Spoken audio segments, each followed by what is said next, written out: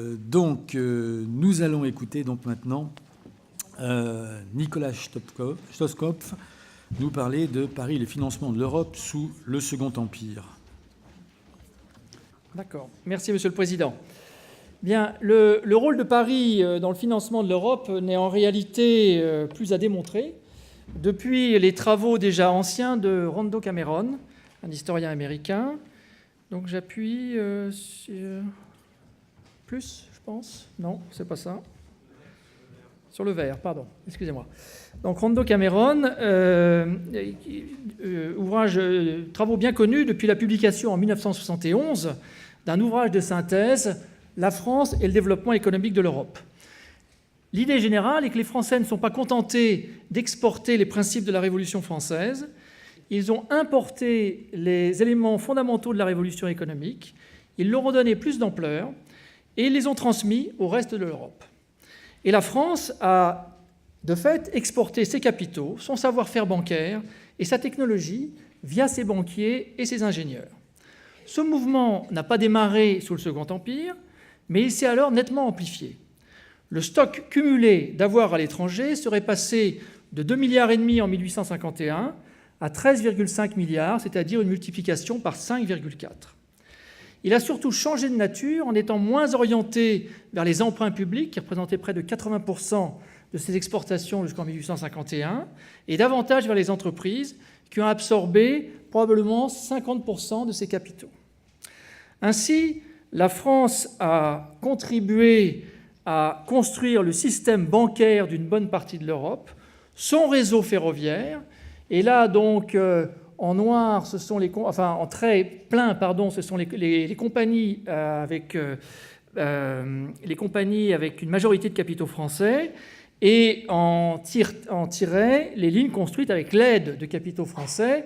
Et vous voyez que c'est effectivement spectaculaire, et on pourrait dire que c'est effectivement splendide. La France a aussi contribué à équiper les mines et la métallurgie de toute l'Europe. Alors, cela concerne à peu près, comme vous le voyez sur la carte, tous les pays, à l'exception des îles britanniques et des pays scandinaves. Il n'est pas dans mon intention de parcourir l'Europe et d'énumérer toutes les réalisations françaises, mais plutôt de rester à Paris, et le Paris du Second Empire, évidemment, et d'y étudier la genèse de ce mouvement à travers les hommes, les banquiers et financiers qui donnent l'impulsion, leurs idées, leurs moyens d'action.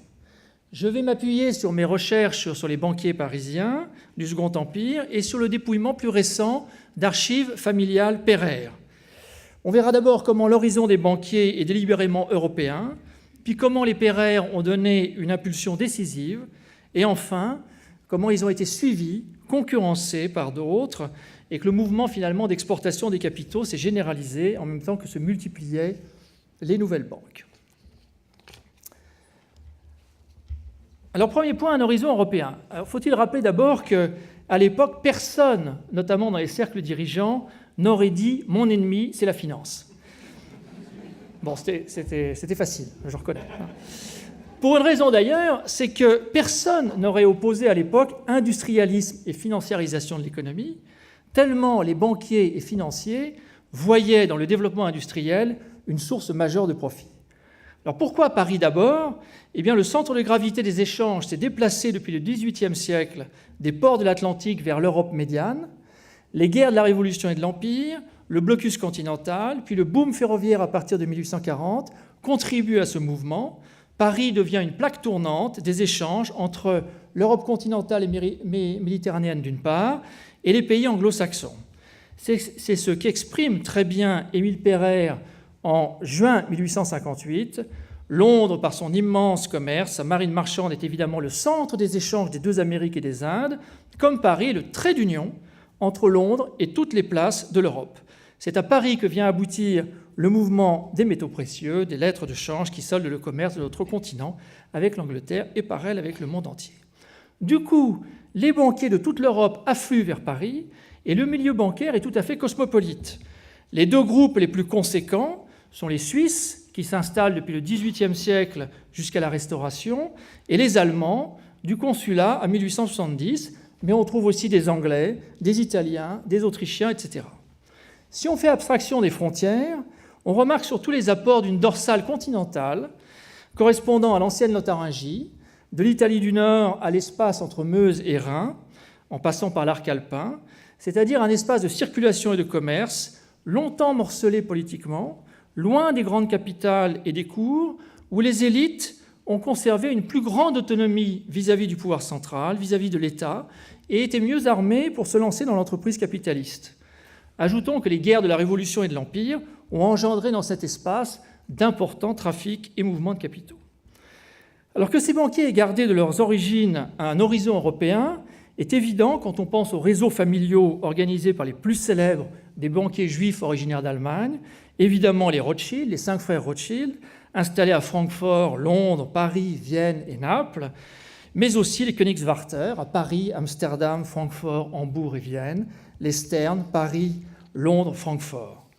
L'exemple le plus achevé de réseau familial construit est celui des frères Bischofsheim. Louis Bischofsheim n'est autre que le fondateur de la Banque des Pays-Bas et l'un des principaux fondateurs de la Société Générale. Il fait son apprentissage à Francfort chez le banquier Goldschmidt dont il épouse la fille. Il s'implante ensuite à Amsterdam, puis à Londres, puis à Paris en 1848. Entre-temps, son frère Jonathan s'est installé à Anvers, puis à Bruxelles. Leur sœur Amélie a épousé un Bamberger, en français, comme ça comprenons, Bamberger, dont le fils Louis sera le fondateur de la Deutsche Bank. Une autre sœur épouse Cahen d'Anvers, banquier à Anvers, puis à Paris, dont un neveu est banquier à Amsterdam et l'autre à Madrid. Donc vous voyez, il y a tout un réseau européen. Et si on revient à Louis, eh bien, son fils aîné devient le gendre d'Émile Erlanger, qui est banquier à Paris, et son fils cadet s'installe à Londres et épouse une Biedermann et devient le beau-frère de Jeanne Stern. Vous voyez comment tout cela est lié. Et quant à la fille de Jonathan, elle se marie avec Maurice de Hirsch, qui est le financeur des chemins de fer ottomans et une des plus grandes fortunes de son temps. Ce survol ne donne qu'une idée très imparfaite du réseau, car chaque mariage fait entrer dans la famille une foule de collatéraux qui repoussent encore plus loin les frontières d'une famille qui, de proche en proche, regroupe la plupart des lignages juifs originaires de Rhénanie. Alors, ces réseaux familiaux sont un avantage énorme pour la circulation de l'information à une époque qui va bientôt être évolue, où on ne peut pas encore se fier sur la réputation de grands établissements ayant pignon sur rue, mais où il importe de savoir quelle confiance accorder à telle ou telle signature privée. Les autres banquiers, sauf exception, ne disposent de rien d'équivalent. Pas ou peu de mariages internationaux, pas de réseau familial à l'échelle de l'Europe. Tout au plus peut-on signaler que les banquiers d'origine suisse conservent des liens très étroits avec leur patrie d'origine. Mais l'horizon européen reste une réalité partagée. Cela se voit d'abord dans les formations. Je citerai l'exemple d'Edouard Hensch, qui est un des fondateurs de la Société Générale, originaire de Genève, qui fait ses études à Heidelberg et Bonn, qui fait son apprentissage à Liverpool, qui commence sa carrière à Londres, puis s'installe à Paris en 1854 pour prendre la succession d'une maison de banque fondée par son grand-père. C'est un itinéraire très banal, à vrai dire. On le voit aussi au réseau d'affaires de ces banquiers. Ici, le réseau d'Auguste Dacier, un banquier suisse qui est devenu le président du PLM, qui avait des fonds déposés chez 17 banquiers en France, en Europe et jusqu'aux États-Unis. Et puis cela se voit évidemment et surtout dans l'exercice du métier de banque. Donc je vais maintenant parler des frères Pereire. Les frères Pereire, eux, n'ont aucune expérience internationale à faire valoir. Ils appartiennent, on le sait, à une famille juive séfarade de Bordeaux, et orphelins de père, ils montent à Paris où ils apprennent leur métier comme commis, puis s'illustrent sous la monarchie de Juillet dans le journalisme, puis dans la construction des chemins de fer. Rien ne les prédispose à penser européen, si ce n'est leur conviction saint-simonienne qui les conduisent à considérer les frontières comme des constructions parasitaires. Avant de venir aux faits et aux réalisations concrètes, parlons des idées qui les ont inspirées, dont certaines remontent, je le reconnais, à la monarchie de Juillet, et 3 documents sont à cet égard remarquables. Le premier est un projet, vous voyez, intitulé « De l'établissement d'un système monétaire européen ». C'est dû à Émile Pereire et c'est daté de 1833. Et ce texte apparaît comme un véritable manifeste saint-simonien. Alors je me suis amusé à colorier, si j'ose dire, en vert ce qui était saint-simonien, ce qui est le bien, hein, et en rouge ce qui est le repoussoir pour eux. Donc vous voyez, lorsque l'industrie étend incessamment son domaine, fonde chaque jour de nouvelles alliances, abaisse les barrières factices élevées par la politique. Lorsqu'enfin la diplomatie des peuples, fondée par l'association et le travail, cherche à se substituer partout à la diplomatie de l'antagonisme et de la guerre, il est utile d'examiner quelles fonctions, etc., etc. Voilà, un manifeste saint-simonien. Le deuxième projet est tout à fait étonnant, c'est un projet de mutualisation des dettes publiques européennes, une idée très à la mode depuis 2010. Il s'agit de créer un fonds rassemblant une quinzaine de titres de rente, donc vous voyez la feuille originale de ce projet, de différents pays d'Europe, qui serait représenté par un titre dit Omnium, une idée chère aux Pereire qui anticipe ainsi les SICAV ou fonds de commun de placement. Le document remonte au milieu des années 1830, mais l'idée de mutualisation et de titre Omnium accompagne les Pereire dans toutes leurs entreprises, notamment le crédit immobilier, comme on le verra. Émile argumente et voit trois avantages. La solidarité financière entre les États qui diminue les risques de baisse du titre, une assurance pour les rentiers, un effet favorable sur le maintien de la paix européenne. Alors, vous voyez, j'ai mis en gras, là, évidemment, la guerre deviendrait impossible. Ce sont des accents à la Cobden, et si vous me permettrez cet anachronisme, des accents aussi à la Robert Schuman.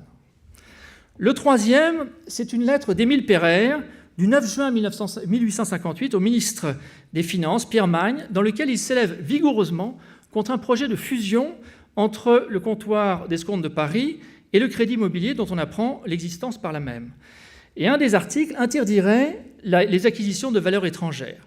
Et cela vaut une sortie indignée d'Émile Pereire, qui mérite d'être largement citée.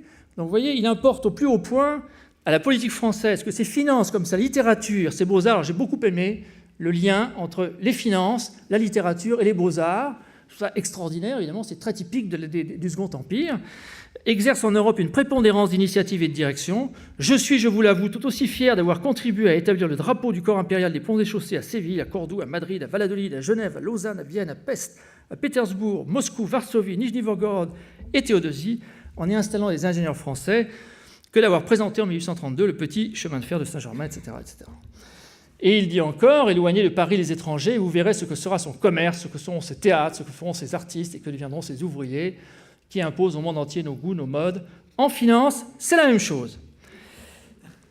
Il dit également, excusez-moi cette longue citation, la France doit vendre ses capitaux, son crédit, la science de ses ingénieurs, de même que ses machines, ses étoffes, ses articles de goût, à qui veut et peut les bien payer, à tout prendre. Je crois avoir fait une chose plus utile et plus morale en patronnant les chemins suisses, espagnols, russes ou autrichiens que si j'avais entrepris le chemin de fer de Gresse-Saxe, une petite compagnie de chemin de fer, ou d'autres entreprises françaises que je m'abstiens de nommer. Alors voilà pour les idées, les intentions et leurs expressions, ici inédites, puisque extraites des archives familiales Pereire. Venons-en aux faits qui sont bien connus et qu'il serait fastidieux de rappeler dans le détail, mais dont il convient néanmoins de mentionner les principaux jalons. L'outil des Pereire, c'est le crédit immobilier, une banque d'affaires, une banque d'investissement qui est créée en novembre 1852, gérée par Isaac Pereire. L'ambition initiale, c'est de centraliser le financement des grandes entreprises en émettant un titre unique, un titre Omnium, qui distribuerait le crédit à toute l'économie française. Cette ambition ne devait pas connaître de frontières. Isaac a notamment l'intention de créer à l'étranger des clones du crédit immobilier, mais aussi d'émettre un titre de crédit européen permettant de supprimer les différences de taux de change et de taux d'intérêt entre les différentes places. Concrètement, le crédit immobilier agit dans deux directions, le développement bancaire avec l'exportation du modèle du crédit immobilier et le financement des chemins de fer et des mines. On peut distinguer deux phases. La première jusqu'à la crise financière de 1857. Elle démarre d'ailleurs très vite, puisque dès avril 1853, donc quelques mois après la fondation du Crédit Immobilier, le Crédit Immobilier exporte son modèle et en prenant un quart du capital dans la fondation de la Darmstädter Bank, puis suivent des investissements en Espagne, en Suisse, en Autriche, en Russie. Comme l'a bien expliqué Émile Pereire tout à l'heure, dans le texte qu'on a cité, les flux financiers ne sont pas à sens unique. Ainsi, dans son argumentaire de 1858, il affirme que le crédit immobilier a en compte courant 50 millions appartenant à des compagnies étrangères, dont beaucoup devaient être des compagnies Pereire. Donc vous voyez, les capitaux vont dans les deux sens. Deuxième phase dans les années 1860, où l'accent est mis sur la banque, et donc là, c'est l'Empire ottoman, c'est l'Italie, c'est les Pays-Bas et la Roumanie. Cette expansion remarquable ne s'est pas faite sans résistance, je vais y venir. Elle connaît une fin en septembre 1867, lorsque les Pereire, piégés par des actifs immobiliers invendables, sont obligés de démissionner du crédit immobilier et d'éponger une partie des dettes. L'œuvre demeure, et Isaac Pereire demeure très actif jusqu'à sa mort en 1880 dans ses affaires espagnoles et autrichiennes.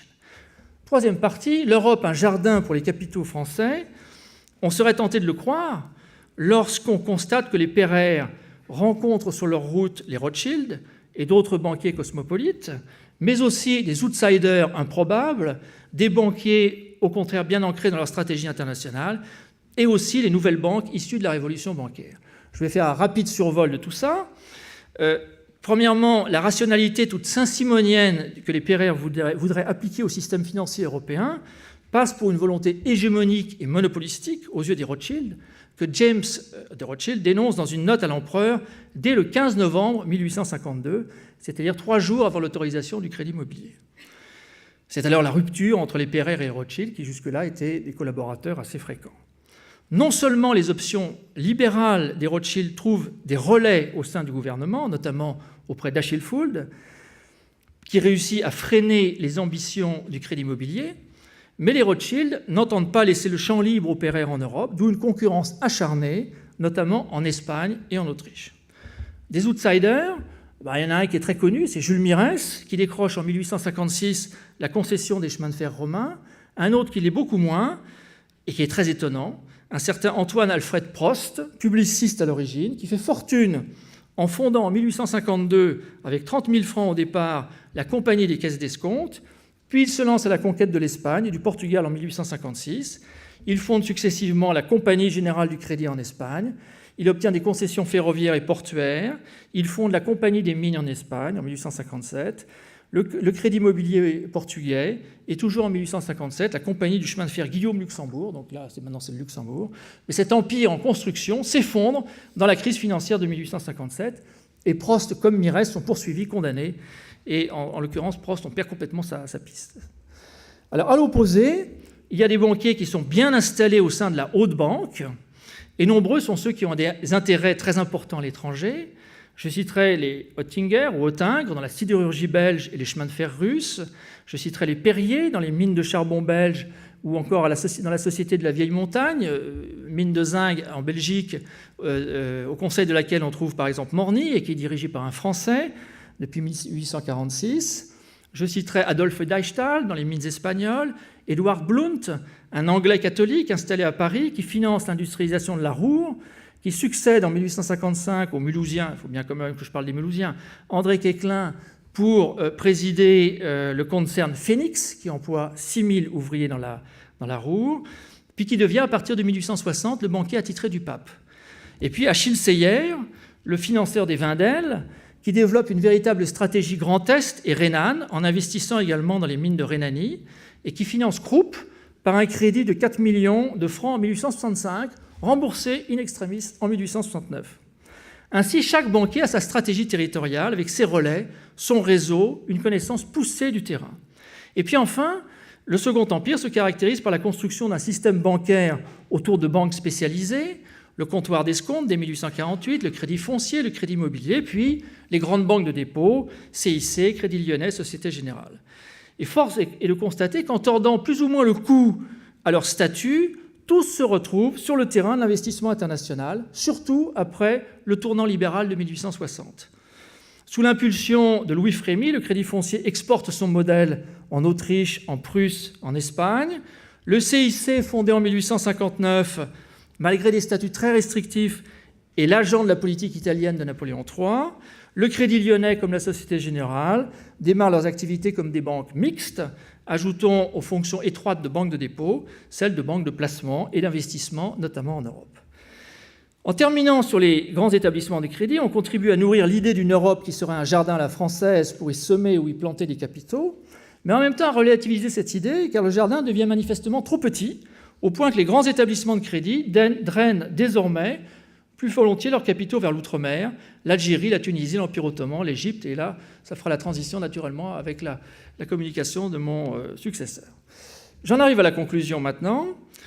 Il serait certainement hasardeux et inédit d'établir une relation causale entre la chute du crédit immobilier en 1867 et la guerre de 1870. Avec les Pereire, néanmoins, disparaît une sorte d'utopie saint-simonienne d'une mondialisation heureuse. Non, hélas, pourrait-on dire, si on l'ose, les financiers, les industriels et les ingénieurs n'allaient pas reléguer à l'arrière-plan les politiques, les militaires ou les prêtres. Non, l'interdépendance financière n'avait pas été poussée assez loin pour rendre la guerre impossible. D'ailleurs, on constate à divers indices une renationalisation des capitaux dans les années 1860, qui va de pair évidemment avec l'essor du mouvement national, et je fais la relation avec ce qu'a dit tout à l'heure Yves Boulet.